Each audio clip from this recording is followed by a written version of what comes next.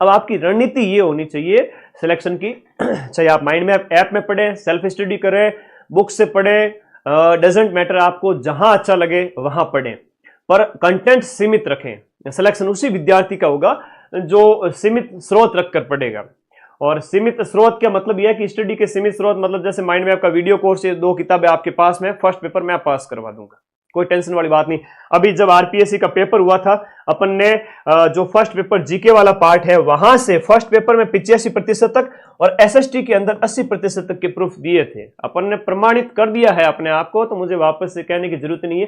13 सितंबर 2025 का Telegram post देख लेना, ये पूरे प्रूफ वहां पर आपको दिए हुए हैं।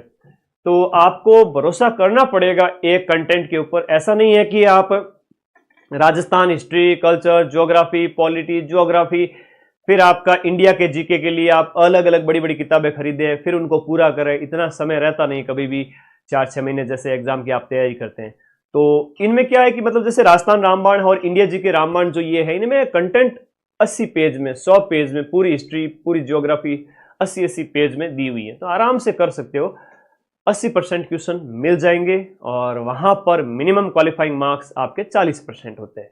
दूसरा ये कि रिवीजन करते ही नहीं है बच्चे, हकीकत बता रहा हूं। पूरे राजस्थान में 100 बच्चे भी नहीं मिलेंगे अभी जीके प्लस एसएसटी वाले बच्चों की मैं बात करूं, या आपका सब्जेक्ट मैथ, हिंदी जो भी है, 100 बच्चे भी नहीं है जो ढंग से रिवीजन करते हो। रिवीजन का मतलब ये है कि भाई आप ज्यादा लालच ना करो, पढ़ाई आपने कर ली है खूब सारी, लेकिन संडे को एटलीस्ट आप लोग थोड़ा सा अपने आप को किताब नया पढ़ने की बजाय जो पढ़ चुके हो आप 6-7 दिन के, लास्ट 6 दिन के अंदर, सोमवार से शनिवार, प्लीज थोड़ा सा अपने आप को अनुशासित बनाएं और एक बार रिवीजन करके देखना।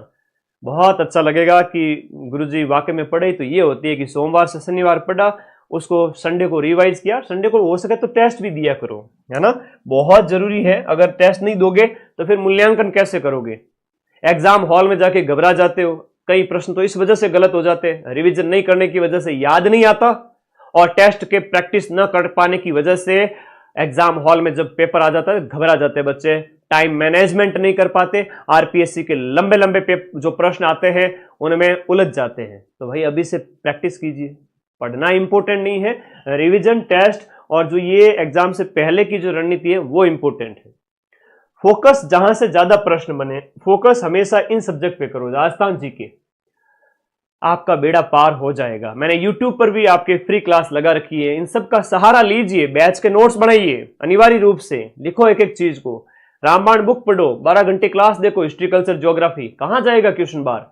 दिए 85% क्वेश्चन के प्रूफ, 100 में से 85 क्वेश्चन के प्रूफ टेलीग्राम पर पड़े हैं, कहां जाएगा प्रश्न बार? आरपीएससी को ब्लेम ना करें, हम मिलाएंगे क्वेश्चन, और 2026 में भी मिलाएंगे, 2025 में भी मिलाए थे। करंट अफेयर्स 10 में से अगर मीडियम लेवल का आया तो 8 तो मिला ही देंगे, वरना 5 से 7 भी मिल जाता है तो टफ में एक अच्छा लेवल माना जाता है। इंडिया जीके के लिए टेंशन नहीं लेनी, रामबाण बुक पढ़ो ये वाली, जहां से आपको सारा इंडिया की जो हिस्ट्री, जो है आपका ज्योग्राफी वाला सेक्शन है या अदर जो पार्ट है वो सारे कवर हो जाएंगे। तो हमेशा फोकस करना आपको जहां से ज्यादा प्रश्न बने। अब सर साइकोलॉजी के भी 20 क्वेश्चन आते हैं, तो भाई देखो रीट में अगर आपने साइकोलॉजी ऐसे से पढ़ी है और इतने सारे शिक्षक भर्ती परीक्षाओं की आप लंबे समय से अगर तैयारी कर रहे हैं तो साइकोलॉजी आपकी अच्छी ही होगी।